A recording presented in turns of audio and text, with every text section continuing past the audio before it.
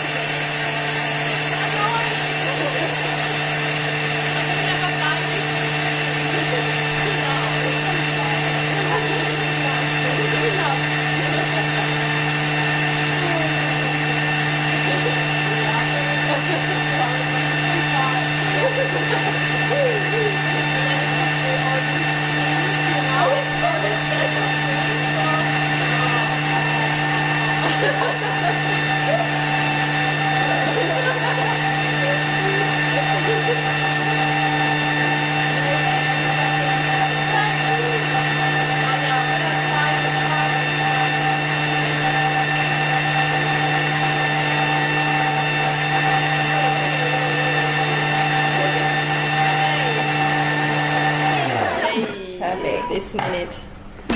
Okay.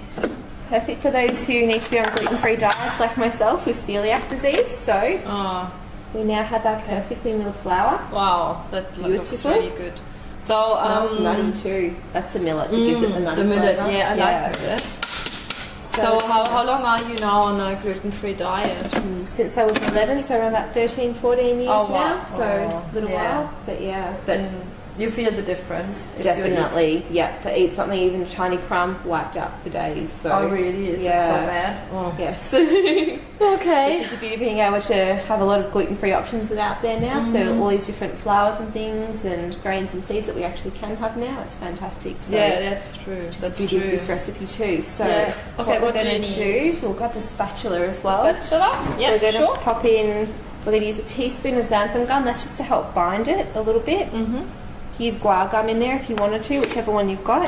It doesn't matter. Sometimes I'm confused about those. They're both binding agents. I find the xanthan does work better in this recipe, but I mean they both turn out beautifully with either one. Okay. But just rather than having to go out and buy a second ingredient, sometimes it's more convenient just to use just what you have, in the cupboard. What you have on hand. That's right. Yeah. And we're going to use a bit of rapadura sugar. Now that's just to activate the yeast that we're going to be using in there. So we want something to feed the yeast so that it's going to rise nicely. Not much. Yep, just a little bit.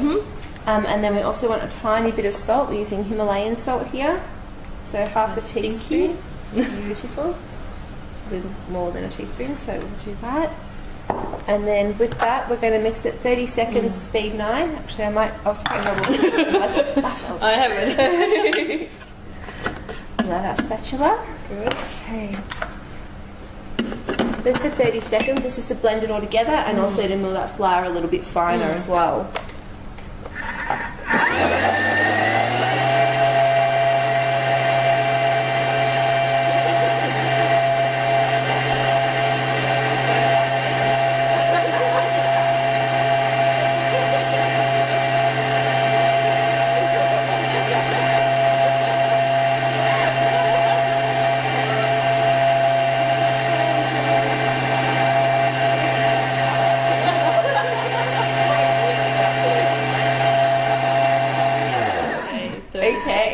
So that's our 30 seconds there. So it's just, again, brought it nicely together. So just going to bang down the sides a little bit. Looks good. And just scrape it down. Yeah. Flour storm. Flour storm. Okay. And the reason we use, rather than just the one grain in there, like just rice or something, but if you use just rice, it can make it a little bit dry consistency, whereas the millet's got a bit more protein. The basmati gives it more of a fullness flavour as well too, so you get like that nice texture and consistency. So a lot of gluten-free baking, if you try to use one flour, it won't mimic wheat flour. No one flour really does. So by using a combination, it just gives it a bit more of a nicer consistency, structure and flavour. Yeah, and also nutrients, different. Yeah, nutrients. definitely, for sure. So we're going to pop in the remainder of our ingredients. So we'll go and pop an egg in. That's going to go in. Lauren can this with only one hand. I can't do that. Okay, we've got our yeast. Yeah, go for I it. do that. Okay. How much was that? So that was a teaspoon of yeast, so around about 5 to 7 grams. Okay. And then we're going to pop in our 300 grams of warm water as well. So we had a cup of tea before, so we have warm water. Yes, beautiful. We're like guilty. Yeah. Okay, that's it. And we also want to pop in, you can use whatever oil you have on hand. We're going to use macadamia oil. Macadamia. And we want 35 grams in there. But you could use olive oil, you could use grapeseed oil, whichever one you wanted to use in there. Oops, okay. Oops. Doesn't matter. Oh, this is much more. That's 50. So what should we do? It will last. It will be fine. This recipe is quite flexible and you can add a little bit more. That'll actually improve the keeping qualities. Oh, really? The higher the fat content, the longer the bread's actually going to keep. Okay, oops. So we'll put that on the bench a few more days and it'll be fine. Good. So pop our lock lid on and we're going to blend that one for 15 seconds on speed 5.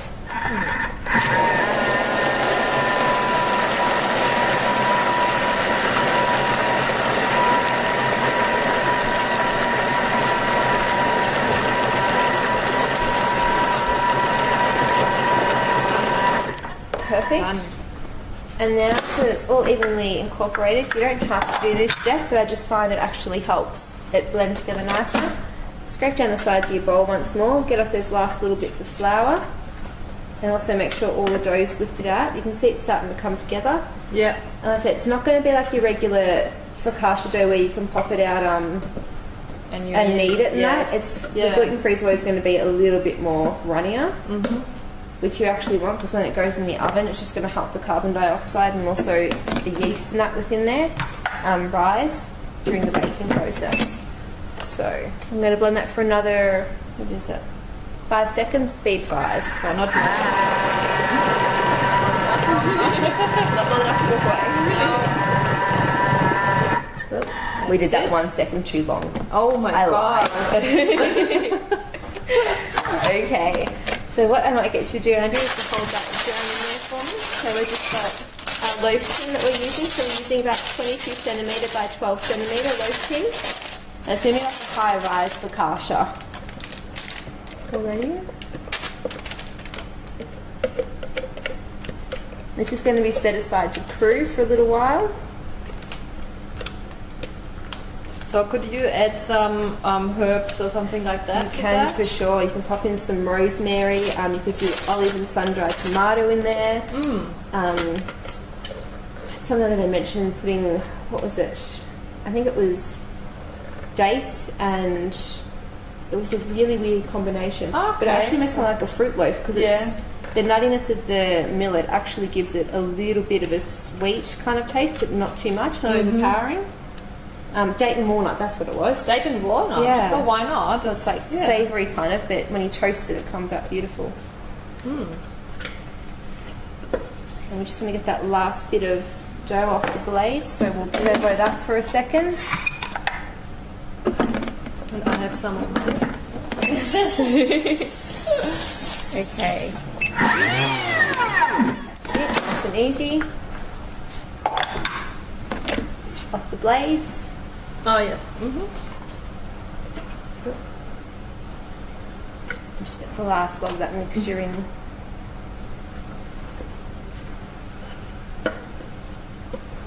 And then just spread it out nicely. So it's going to be a slightly high rise one, but it's not going to be too high. So if you wanted it more of a flat focaccia, you could use a sliced tin instead of a bread one. Yeah. So you can sprinkle some sesame seeds on top at the end if you wanted to as well. And that's So, and how long do you proof that? So we'll proof that for around, it depends what temperature it is in your house. We're a bit cold here, but we've used warm water. It'll probably take around 15 to 20 minutes maximum. If you've got a really hot day, I found one time it took around 8 minutes Oh, really? to do. So quick. that was one of the 38 degree hot days or something like that. So the humidity gets the yeast to rise. So just a matter of washing it. But generally say around about 15 minutes and it should be ready to go in the oven. Good. Yeah. Okay. So we'll set that one So aside. do you cover it with a... I don't even No. worry, I just pop it straight aside. And it's, because it's just a short time. Exactly. Yeah. Good. Okay. Perfect. Good.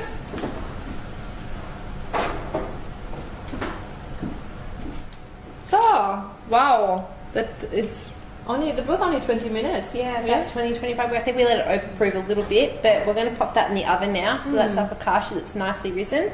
We're going to bake that, and then we'll be able to have that with some butter or something on it a little bit later too. So good. pop that straight in the oven, 180 degrees. Good. Okay. Okay, our focaccia is done. Yes, we've had that cooling for a little while now, so it's all ready to slice. You can see it's got the nice golden crust on it too. So we're just going to lift it straight out of the tray. It's got a nice nutty aroma to it as well, slightly high risen, and it's got a nice rustic look to it, so just had the roughly cut up bacon powder. You can see it's nice and soft as well. Yeah. So, show you what that looks like, and we'll slice it up. Wow. It looks like normal focaccia. It does. Yeah. And it's nice and spongy and soft. Yeah. So you can see that. So let's bring a piece up nice and close.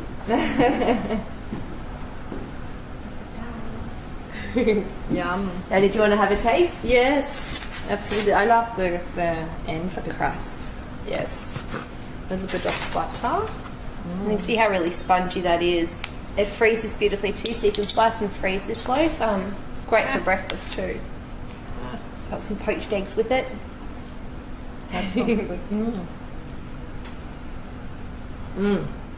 Nice. Very nice. And you can add some herbs and that into there if you wanted to, or even sprinkle some seeds for a nuttier and a bit of a different taste and flavour in there. Absolutely. Yeah, or rosemary or Definitely. very nice. You have to try this. Okay, thank you, Laura. That's alright. Thanks for having me again. Bye.